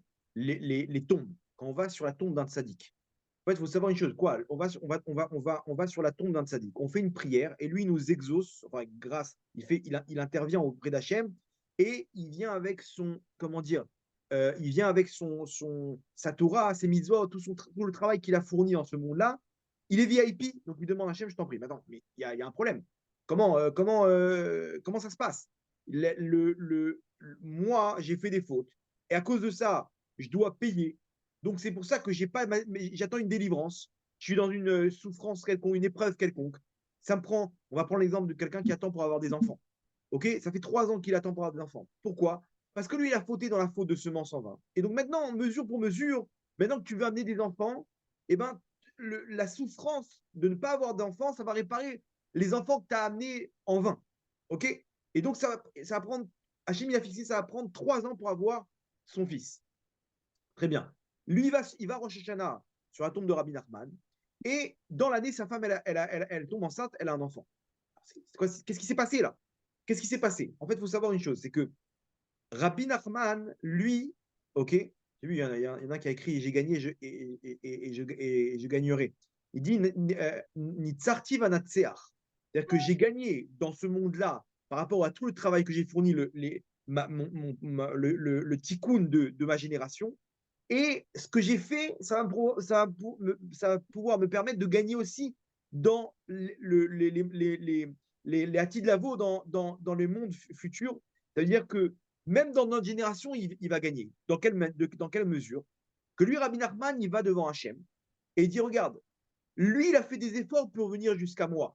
Et tout le monde sait, ceux qui vont à Rosh Hashanah à Ouman, ils savent tous les obstacles qu'il y a pour arriver là-bas. C'est une aventure terrible. Il s'est battu et on lui a annulé son billet et il a attendu 3 jours là-bas à l'aéroport de. Il arrive là-bas et il s'est battu pour ça. Hachem, Rabbi Nachman, il vient devant Hachem. Il dit regarde Hachem, lui, il a fait un effort pour venir sur ma tombe. Moi, j'ai beaucoup sur mon compte en banque. J'ai fait beaucoup. J'ai souffert 1 tonne, plus que ce qu'il en faut par rapport au peu de fautes qu'il y avait dans ma neshama. Ce que j'ai souffert, je l'ai souffert pour le Ham Israël. Donc, sur son compte en banque, Rabbi Nachman, il a une carte, comment ça s'appelle, Black Card. Il a des milliards. Donc, il dit Hachem, prends de mon compte à moi, ok, grâce à la souffrance que lui a souffert, moi, je lui complète sa souffrance sur les mises-votes que j'ai fait. Maintenant, chacun selon son tikkun. Rabbi Nachman, lui, il a combattu ce qu'on appelle, il a fait descendre la lumière du tikkun aklali, qui est la réparation de la brite, toutes les fautes de l'adultère. Donc lui, ça vaut le coup d'aller chez lui pour réparer ces fautes-là. Et donc il va dire à Hachem quoi, il lui reste combien 3 ans à souffrir sur mon compte. Ça prend sa souffrance que je lui ai fait endurer pour venir jusqu'à moi, prends cette souffrance-là et moi d'ailleurs, je lui complète. Et donc dans l'année, il reçoit sa délivrance. Qu'est-ce qu'il gagne Rabbi Nachman? Rabbi Nachman, il gagne. Moi, j'ai gagné ma délivrance, super. Ok, ma femme, on a eu le petit bébé. Mais Rabbi Nachman, lui, il gagne que grâce à ça, moi, je vais pouvoir multiplier les mitzvot. J'ai un enfant, donc Brit Mila, et tout ce qui suit derrière, je vais lui enseigner à Torah. C'est grâce à qui tout ça? C'est grâce à Rabbi Nachman. Donc Rabbi Nachman, il va pouvoir continuer à s'élever dans les mondes d'en haut parce qu'il m'a permis à moi de m'élever. Et donc quand je vais m'élever, quand je vais faire tchouva, je vais réparer ma neshama, je vais rentrer dans une autre dimension. Qui va récupérer les dividendes de ça? La neshama de Rabbi Nachman. Donc lui, il a fait ça parce que je suis relié à lui. Lui, c'était un tzaddik Yesodolam, mais il était relié à toutes les neshamot. Surtout les neshamot de la fin des temps ou qui tombent dans cette faute-là. Donc lui, il est gagnant de ça. Et au contraire, il a besoin de nous. Il a besoin de nous. C'est pas qu'on est en train de le déranger et il vient distribuer des mérites. Non, on est tous reliés. Quand moi, je fais tchouva grâce à lui, parce qu'il m'a aidé à faire tchouva, alors lui aussi, il s'élève dans les mondes d'en haut. Et au contraire, des fois, nous, on ne veut pas faire tchouva et on est relié à cette neshama. Et ce qui se passe, c'est que lui-même, il vient nous aider. Il vient en rêve ou il nous amène là-bas, Ouman, par quelqu'un comme ça. C'est le tzaddik qui intervient pour nous faire tchouva, pour nous aider, parce que lui-même, il est bloqué.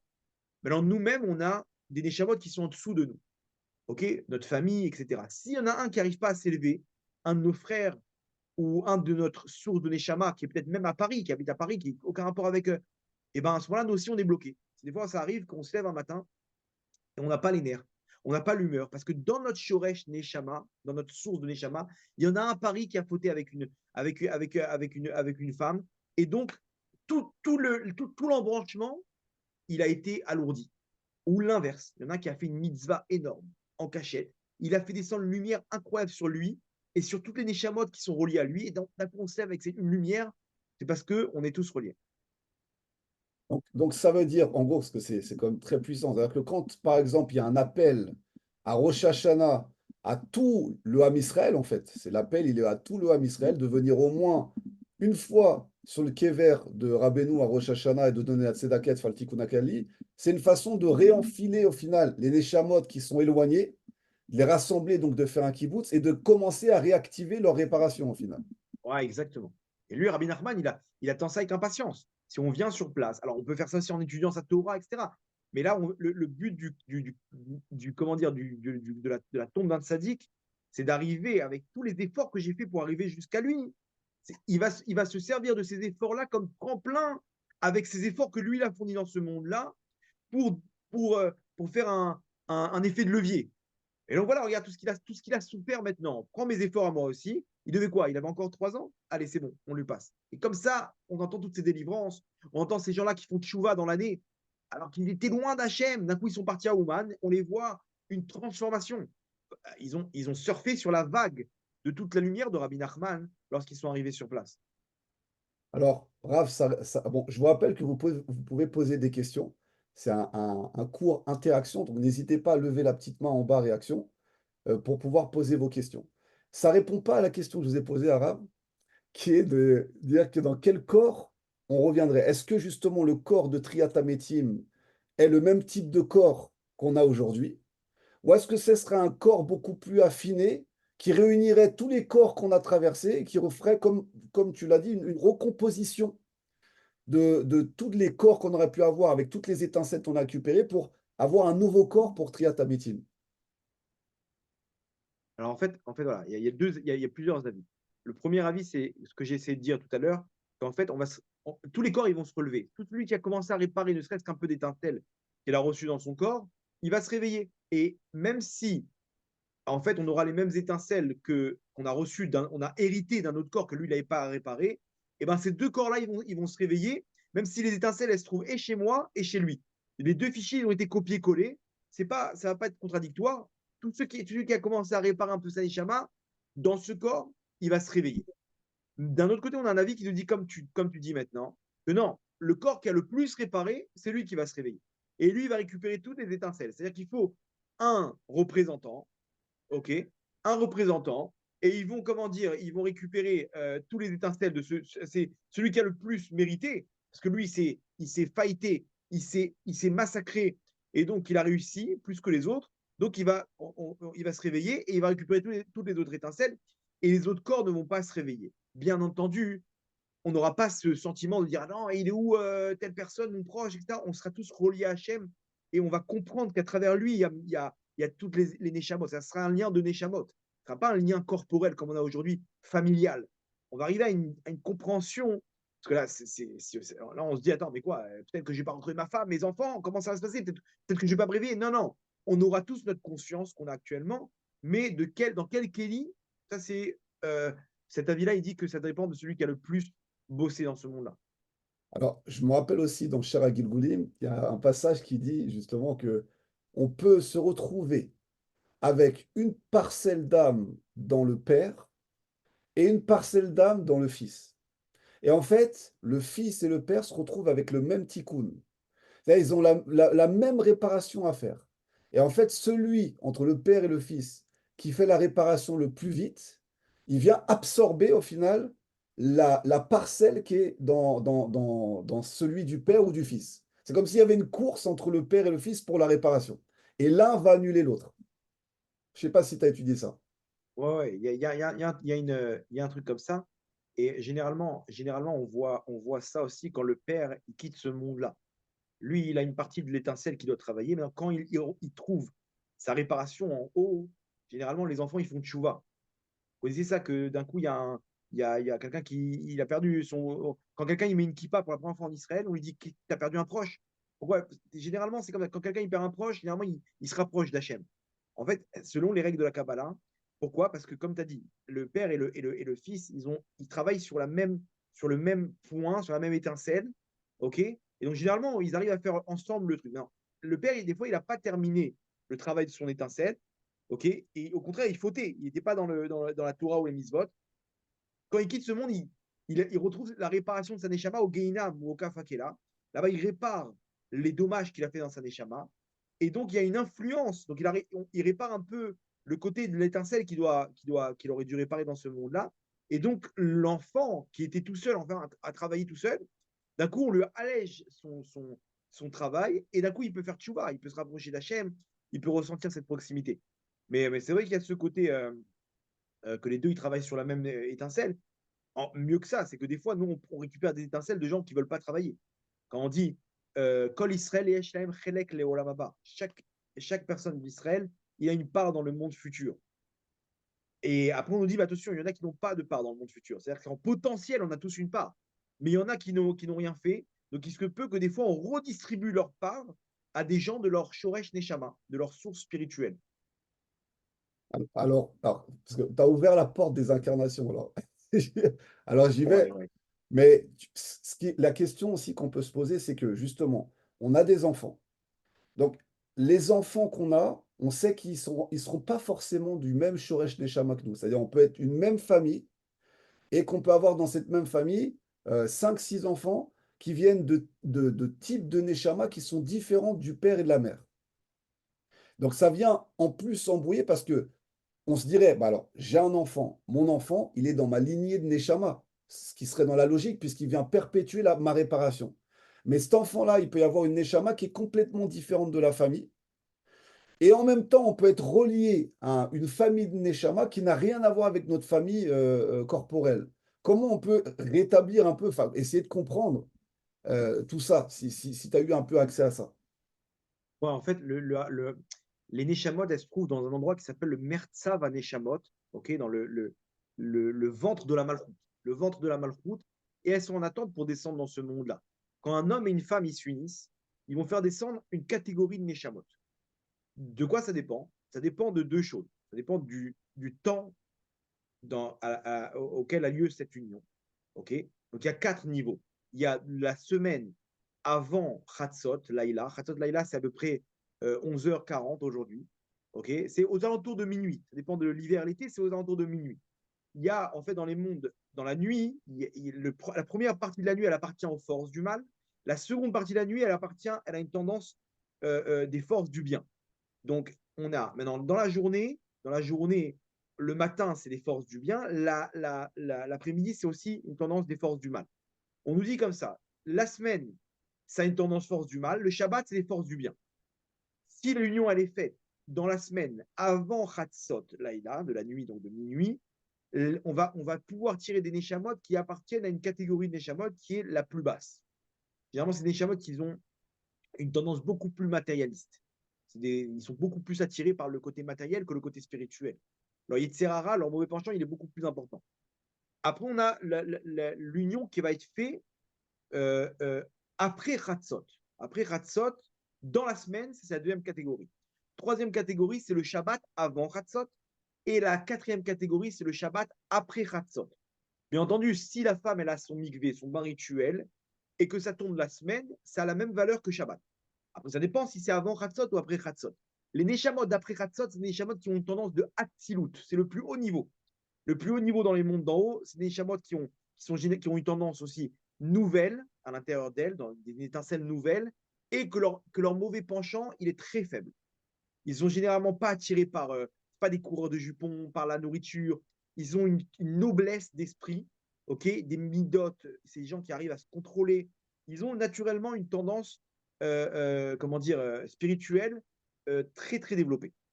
C'est pour ça qu'on nous dit que dans l'Agma, on dit que les Talmidei Chachamim, les Tzadikim, eux, ils avaient l'habitude de se retrouver de Shabbat en Shabbat. C'est ce qu'ils devaient faire Adam Arishon d'ailleurs.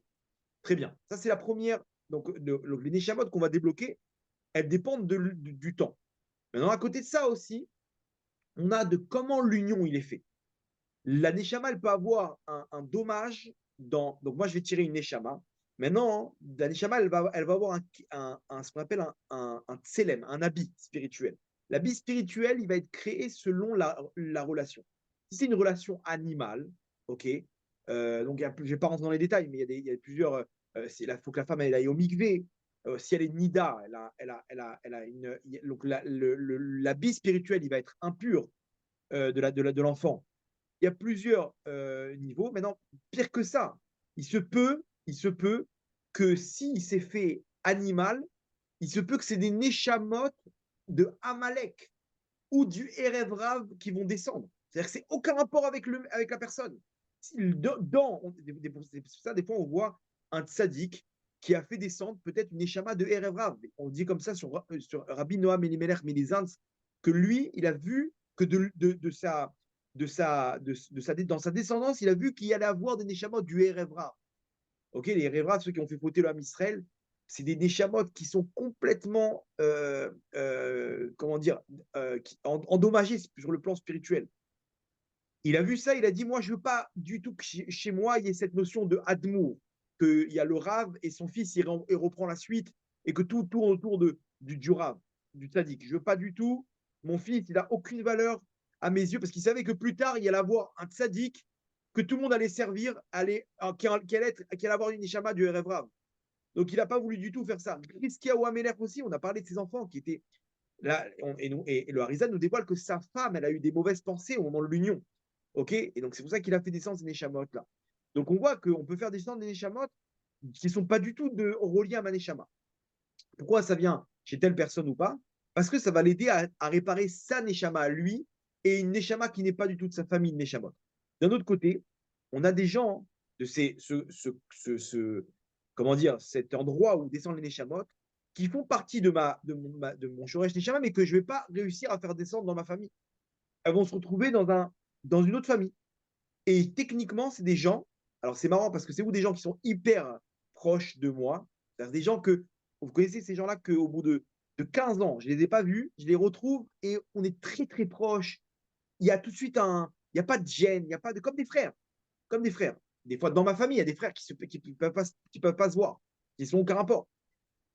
Et des fois, le Shoresh Neshama, ça c'est marrant parce que des fois, c'est des gens que je ne peux pas voir, je ne peux pas supporter. Comment c'est possible? C'est mon Shoresh Neshama et je ne peux pas le supporter parce qu'ils sont tellement proches du travail spirituel que je fournis qu'il y a comme une concurrence. Et je sens qu'il veut me prendre mes étincelles, il veut me prendre ma place. Donc généralement, il m'énerve. Celui-là, il m'énerve. Il m'énerve. Et c'est pour ça, des fois, entre deux rabbinim, on a ça. On a cette dispute. Ils sont là parce qu'ils sont sur les mêmes neshamot, ils sont reliés sur le même chantier et ils sentent que l'un veut prendre la part de l'autre. Et donc, ils sont en concurrence. Ça m'énerve. Pourquoi il fait ça? C'est à moi de le faire. Et donc, des fois, il y a mais en fait, ils sont du même Shoresh Neshama. Donc, voilà un peu pour résumer l'histoire. Donc, alors, on a deux personnes qui veulent poser des questions. Vas-y, Sophie, on t'écoute. Bonsoir. Je me posais la question, comment on peut savoir, du coup, parce que quand on a des enfants, on se souvient plus à quel moment on a conçu, si c'était dans l'après-midi, dans la matinée ou dans la nuit, quel jour c'était, mais du coup, comment on peut savoir la neshama que vont avoir nos enfants? Oui, chérie. Regarde, je suis en train de penser, regarde combien ils ont pris. En fait, comment faire Ah, comment faire pour savoir où vous voulez dire? Alors déjà, premièrement, on n'a pas besoin de savoir. Hachem, il nous a donné la possibilité de bosser. Il nous dit Hachem de bosser, je t'ai donné des enfants, et c'est que tu as un rôle pour le faire. Et Hiskiyahu Amelech lui-même, oui, pardon? oui, non, j'écoute. Ok, donc Hiskiyahu Amelech lui-même, le roi Hiskiyahu, il a été. Hachem, il voulait qu'il amène deux enfants qui étaient donc pas dans le même chemin que lui pour pouvoir les réparer. Il y en a un qui est mort jeune et après, l'autre, il a fait tchouva. C'est-à-dire qu'il avait un rôle, il fallait amener une Neshama qui avait un habit spirituel qui était catastrophique pour l'aider à réparer. Christian Améler, toute sa vie, il a prié pour son enfant. C'est son fils, c'est sa chair. Il a prié, grâce à ça, il a pu faire tchouva, il a pu revenir à Hachem, cet enfant qui s'appelait Ménaché, le roi Ménaché, qui a fait fauter l'homme Israël, et qui à la fin, il a fait tchouva, une tchouva incroyable, et aujourd'hui, il a une place immensément grande dans les mondes d'en haut, dans le Gan Eden. Donc, Hachem, il a donné ce dossier. Des fois, Hachem, il nous donne un dossier, et c'est pour ça qu'il ne veut pas qu'on sache comment, quoi, et des fois même, ça peut se faire de façon... il y a des règles ça se retrouve qu'ils ils ont voulu bien faire, attendre le Shabbat, et finalement, bon, bah, ils ont craqué. Ok. Donc, des fois, Hachem, il fait en sorte parce qu'il me dit non, toi, tu dois t'occuper de tel Neshama. Tu as un dossier de prier pour lui, pour l'aider. Pourquoi? Parce que des fois, c'est des réincarnations. Des fois, nous-mêmes, on a fait fauter telle personne dans une autre vie. Donc Hachem, il dit maintenant, il va revenir en tant que ton fils et tu vas devoir le ramener à moi. Comment? Ça va être un petit turbulent. Et tu vas prier, tu vas pleurer, tu vas mettre la tzedaka, tu vas aller voir des rabbinim qui vont lui faire des brachot, etc. Et il va faire tchouva. Et c'était ça. Donc Hachem, il va nous tromper, faire en sorte que le couple, ils vont craquer et ils vont pas pouvoir faire ça de la bonne manière. OK? Mais c'était voulu par Hachem. Donc on ne doit pas rentrer vraiment dans qui, quoi, comment. Il y a un cours, si vous voulez, qui s'intitule comment faire descendre des enfants de Sadikim, où là-bas, j'explique comment un peu voir. Il y a plusieurs lumières dans la Neshama et on voit quelle est la pensée chez l'homme et la femme qui prédomine, qui a prédominé dans l'union. On peut voir ça sur l'enfant, un peu comment ça s'est passé et tout. L'union, on peut comprendre d'où ça vient, quoi. Qui a eu le plus de bonnes pensées Oui, dans l'union. Donc, si je vous invite à voir mais ce du cours, coup, il est très bon. si par exemple j'ai un de mes enfants qui a une neshama qui vient du RFA, comment moi je peux l'élever, le monter vers le haut Non, alors pour là, qu'il soit, c'est un qu'il truc qu'on ne peut devienne pas rentrer dedans. On une ne peut pas meilleure dire. personne? Non, non, on peut pas, personne au monde ne peut mettre le doigt sur qui est le RFA. Personne au monde. Parce que même des gens comment dire, qui sont Rechaïm, ok, on entend des histoires qu'ils ont fait tchouva, on entend des histoires de personnes on aurait dû dire à l'époque, quel est rêve c'est pas possible, comment il est cruel. Alors qu'en fait, non, c'est pas qu'il est cruel de sa neshama, c'est qu'il est cruel par rapport aux forces du mal comment dire, qui ont une emprise sur lui. Donc, nous, on ne peut pas savoir, on n'est pas là pour dire qui est Rêve Rav ou qui n'est pas Rêve Rav. Le seul qui pourra faire le tikkun, c'est Moshe Rabbeinu, qui sera dans la Neshama du Mashiach, ainsi que la Neshama de David Améler, qui seront les deux dans la Neshama du Mashiach. Lui pourra réparer le Rêve Rav. Moi, en attendant, je dois pas rentrer dedans. Je dois me battre pour pouvoir toujours aider mon enfant à réparer sa Neshama. Que ça soit qu'il ait une tendance de mauvaise ou pas, je dois l'aider. Je dois prier et il ne doit pas me dire c'est Rêve Rav ou pas. Et même s'il y a un Rav qui me dit, vous savez, votre fils a du Rêve Rav, eh ben moi, je dois commencer le travail quand même. Mais bon, ça n'existe pas. Personne au monde ne peut dire aujourd'hui qui est Rêve Rav. Il y a plusieurs signes, mais vaut mieux pas rentrer dedans. Il y a une question de Esther. Bonsoir, Rav. J'ai une question sur le lien des Neshamot. Par exemple, mes filles et moi, on est convertis toutes les trois, mais pas en même temps. Donc, du coup, on a la même mère qui est Sarah Imenou. Est-ce que ça a à voir avec un lien particulier entre nos Neshamot ou aucun rapport? Alors oui, en fait, il faut savoir une chose. Pourquoi on appelle les convertis au nom de Sarah Imenou? Pourquoi? Parce que Avram et Sarah, il y a marqué là-bas, ils ont fait des nefashot. Alors, il y a deux interprétations. Quand ils étaient à Haran, ils ont fait des nefashot. C'est quoi les deux interprétations? Premièrement, c'est qu'ils ont ramené des gens à la tchouva, à revenir à Hachem. Ils leur ont expliqué c'est quoi, donc Avram avec les hommes, Sarah avec les femmes, c'est quoi le polythéisme, comment dire, ils ont mis de côté le polythéisme qu'il y avait à l'époque, l'idolâtrie qu'il y avait à l'époque. Ils leur ont dit qu'il y avait un Dieu unique. Donc, ils ont fait des nefashot, ils les ont ramenés à Hachem. La deuxième explication sur le plan kabbalistique, c'est que l'union de Avram et Sarah, ils créent des nefashot qui vont servir plus tard pour les convertis. Donc en fait, c'est pour ça qu'un converti, on le nomme au nom de sa maman qui est Sarah Imenu, parce que sur le plan spirituel, ils viennent de l'union entre Sarah et Avram et Sarah lorsqu'ils n'avaient pas d'enfants. Ils ne pouvaient pas amener des enfants, ils étaient stériles. Mais sur le plan spirituel, ils amenaient des enfants qui étaient en stand-by et qui allaient être les futurs convertis. Quand quelqu'un il se convertit, alors il faut savoir une chose, deux frères, un frère et une sœur, qui sont non-juifs, qui se convertissent, sur le plan technique, ok, c'est pas la halakha parce que sinon ça pourrait induire en erreur d'autres personnes, mais sur le plan technique, ils pourraient se marier. Pourquoi? Il y a écrit dans la Torah qu'un frère et une sœur ne peuvent pas se marier. Comment c'est possible? Parce que ils ont reçu les deux une neshama différente, qui est bien sûr la source de Sarah Imenu, ok, sur le plan spirituel, mais sur le plan matériel, ils ont deux corps différents maintenant, avec deux neshamot donc ils peuvent se marier. Même si les neshamot, elles sont sœurs dans les mondes d'en haut, ok, sur le plan technique, imaginez-vous, ils ont reçu chacun une nouvelle neshama. C'est-à-dire que vous, à partir du moment où vous êtes sortis du mikvé, vous avez reçu une neshama. Vos deux filles, elles ont reçu une neshama qui ne sont pas reliées comme dans une famille classique, ok, qui appartiennent à la même union, entre le papa et la maman.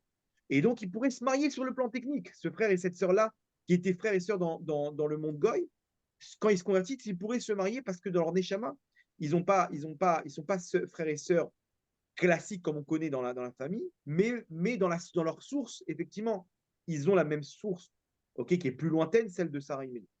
C'est-à-dire que le réservoir au final de Abraham et Sarah, c'est-à-dire toutes les unions qu'ils ont eues pendant leur stérilité, ont créé en fait un réservoir d'âme particulière qui fait que dans le corps des nations qui rentrent dans le mikvé, ce sont des corps sans la neshama d'Israël. Et ben c'est ce réservoir d'âme-là qui va rentrer au moment du mikvé dans les corps qui ressortent au final du mikvé. Exactement. À part si c'est une mauvaise conversion. Ça, c'est un autre dossier. Malheureusement, des convertis qui ont fait ça pour un intérêt, quoi que ce soit. Ça c'est un autre dossier. Mais généralement, c'est le cas de figure. Alors, je crois que Guény, tu voulais faire une remarque et après, on ne va pas tarder à conclure. J'aimerais juste qu'on puisse, avant que je te laisse la parole, dédicacer ce live à tous les malades d'Israël, en particulier au Rav Chaim Akiva Ben Nelly et tous les malades d'Israël, ainsi qu'à la protection de tous les Chayalim qui sont au front en ce moment et ceux qui ne sont pas au front et qui vont peut-être partir au front, et en particulier Nachman Ben Yael. Vas-y, Guény, je t'écoute. Je peux faire la dédicace pour mon Chayal aussi, pour la protection de Yochai Shimon Ben Daniela Odette Naomi Levana, qu'ils soient protégés ainsi que tous nos Khayalim. Amen. Amen. Vas-y, Guéni, on t'écoute. Bon, moi, je vais le faire pour tous les fils d'Israël qui combattent dans ce moment, sans Ah, Guéni, on a eu un blocage. Ça va peut-être se... monde. Je Ah, commençais à suivre sur YouTube aussi, c'est très rare chez moi. À Paris, Nouka et quelqu'un, c'est très rare. Normalement, je reste avec Léo toujours. J'ai une question, est-ce que vous pouvez faire un cours pour les Noahides, pour nous? On n'est pas comme des idiots utiles de Palestine, parce que on n'est pas mouvementé par une haine vers Israël comme eux. Ils sont pro-Palestine, ils peuvent être pro-Chine, pro-Inde, pro-Syrie, pro n'importe lequel, pour que l'Israël soit là. Nous, on est différents. On est des millions. Peut-être en Israël, ils ne seront pas contre ça. On combat toujours avec eux. Malheureusement, pour l'instant, sur Internet, on les combat tout ce qu'on peut, on fait tout ce qu'on peut. Et je pense que c'est pas que le mérite, c'est pas une question de mérite, mais j'aimerais bien, si un jour vous avez la possibilité ou, ou l'envie de faire un cours pour nous faire entendre aussi que les Israéliens aussi comprennent aussi qu'ils ne sont pas seuls. On est là, on se voit pas peut-être, on est presque invisible, mais pas tant que ça. Donc, j'aimerais bien, si vous aurez un jour le temps de suivre un de vos cours, je vais vraiment être ravi là, pour tous mes frères et sœurs, même ici, qui ne sont pas israéliens, et pour tout le reste du monde, qu'ils ne savent pas encore. Moi, je regarde les réactions en Albanie, chez moi. J'aurais jamais cru un si grand soutien pour Israël. Et en face, on a des musulmans intégristes qui sont pro-Palestine. Mais j'aurais jamais cru un si grand nombre de peuples albanais qui est pro-Israël. Mais ils ne savent pas. Ils sont instinctifs avec Israël. Moi, je sais parce que j'ai rencontré Eliaou, la fight, etc., etc. Mais il y a une grande partie du monde qui ne connaissent pas bien. Et ils sont en moitié obscurité, quoi. Ça serait vraiment une grosse chose. Je ne sais pas si vous pouvez faire ça. Après, moi, je sais que vous êtes occupé avec, vous avez déjà fait avec les fils d'Israël, mais je pense que ça serait vraiment bien. Je vous remercie, hein. Donc, Bezrat Hachem, on essaiera d'organiser de quelle manière et quand Bezrat Hachem faire un cours pour essayer que j'arrive à comprendre exactement c'est quoi de quelle manière on pourrait faire un cours pour vous tous. Déjà, premièrement, vous avez tous mes compliments. Vraiment, bravo pour ce que vous faites. C'est encore plus fort de votre côté. Nous, on a grandi, on a baigné dedans, mais vous, vous avez découvert cette lumière-là dans l'obscurité. Et c'est bien de passer le relais comme vous le faites, de passer la flamme. Si je pourrais vous aider à vous élever encore plus, ce sera un grand plaisir. J'aimerais juste peut-être, j'irai avec Eliaou, comprendre exactement quel type de cours il faudrait faire. Et si ça rentre dans mes cordes, ce sera avec grand plaisir. attaque. Et bravo, Guéni, parce que c'est vrai qu'il y a un éveil des consciences. Je sais que le Rav Dinovitch, ça a été un des premiers à ouvrir un petit peu, tu sais, la Torah pour les nations et de parler aux nations. Et ce que dit Guéni, c'est vrai que c'est important parce que beaucoup ne savent pas. J'avais encore quelqu'un aujourd'hui au téléphone qui, avant, se disait soit je me convertis et je deviens juif, soit j'ai aucun lien avec la Torah. Alors qu'en fait, c'est pareil, parce que la finalité d'Israël, c'est pas que tout le monde devienne juif, c'est que les 70 nations retrouvent leur place originelle et qu'elles puissent recevoir, entre guillemets, leur part de Torah qu'elles auraient dû recevoir déjà depuis longtemps. Et nous, on a été fait pour ça, pour envoyer cette lumière-là. Et je sais qu'il y a de plus en plus de rabbinim qui s'éveillent à ça. Donc, merci pour ton message, Guéni. Je sais qu'Anne, elle veut dire quelque chose aussi. Vas-y, je t'écoute. Oui, bonsoir Rav. Juste pour vous faire part d'une impression et non pas d'une pression, Rav, hein. C'est que on est là dans bon ceux qui sont dans la faille, tous ceux qui n'y ou ceux qui n'y sont pas, on y est rentré chacun de manière par un hasard qui n'en est pas un.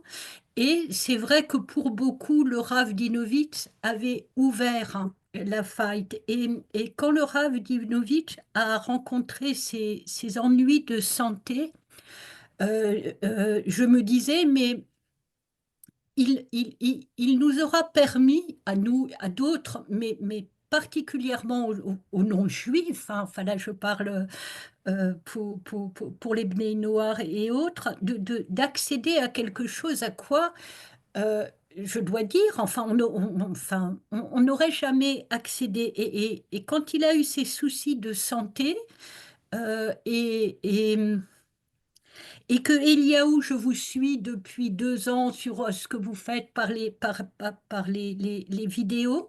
Et quand Eliaou m'a dit le Rav Toledano fait un zoom, ce qui m'est venu à l'esprit tout de suite, non pas par réflexion, mais un peu comme une fulgurance, je me suis dit, eh bien, le Rav Toledano, d'une certaine manière, je le dis, je suis un peu émue de le dire, mais je vous le dis comme je le ressens, peut prendre la suite, enfin la suite ou prendre quelque chose qui a été, une porte a été ouverte et maintenant il faut continuer. Voilà, c'est une impression rave, hein, c'est pas une pression, mais je l'ai ressenti très fort comme ça et je voulais simplement en faire part.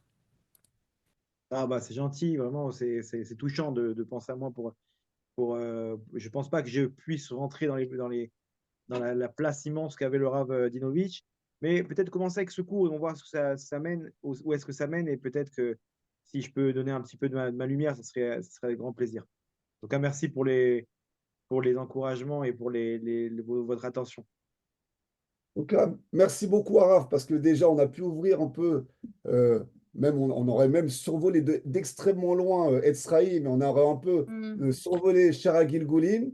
Et il faut savoir que toutes les personnes qui écoutent, que ce soit les Bnei Israël qui soient là, ou que ce soit les Bnei Noirs, ils écoutent, ils ont écouté, on ne se rend pas compte, nous, mais des milliers et des milliers et des milliers d'heures de Torah sur Internet, que ce soit par le Rav Sitruk, le Rav Dinovitch, le Rav Ben Arosh, le Rav Ron Shaya, tous ces rabbinim, vos cours à vous. Donc, on ne se rend pas compte qu'ils absorbent, ils absorbent, ils absorbent de la Torah. Et il y a déjà un niveau de conscience toraïque qui est extrêmement élevé. Donc, nous, on est toujours à vouloir un peu descendre le niveau, mais il faut savoir qu'on a en face de nous des personnes.